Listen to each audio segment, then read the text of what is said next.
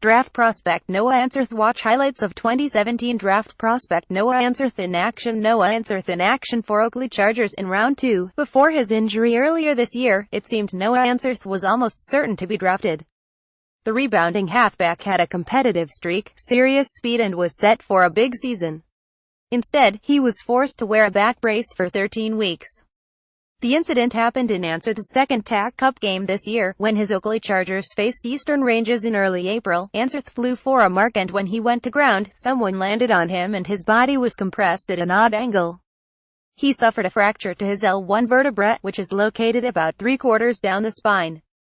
The freak injury happened in a very similar manner to retired NFL player and former Dallas Cowboy quarterback Tony Romo last year. The brace was restrictive to say the least. Answerth was forced to learn how to pick objects off the ground by bending down on his knees first.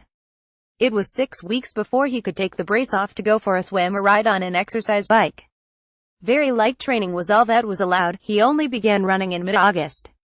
To say the situation wasn't ideal would be an understatement, but the Chargers' vice-captain was philosophical about the challenge.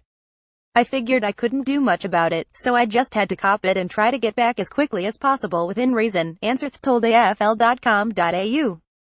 "That was my goal, to get back and play a game by the end of the year, and was pretty happy to get that one done in the Young Guns game."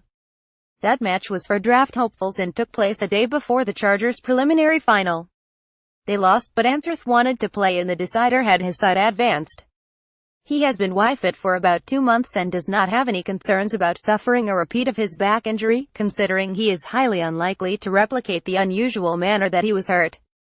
Answerth joined the rest of his Oakleigh teammates for the start of preseason last Wednesday. Despite having spoken to a handful of clubs and being in the mix to be picked up, the defender is not overly confident about being drafted. He already has plans to return to Oakleigh in 2018 as an overage player to again push for a chance at the elite level. It is a similar route to that taken by his elder brother Cade, who won consecutive best and fairest at the Chargers in 201,415 and was Sandringham's club champion in the VFL this year. "I'm probably looking at going back as a 19-year-old, really," Answerth said. "That's my mindset at the moment and I'm looking forward to it, because I saw Cade do the same thing. I've got a few mates there now and it would be great to go back and play with Oakleigh again and hope you play finals."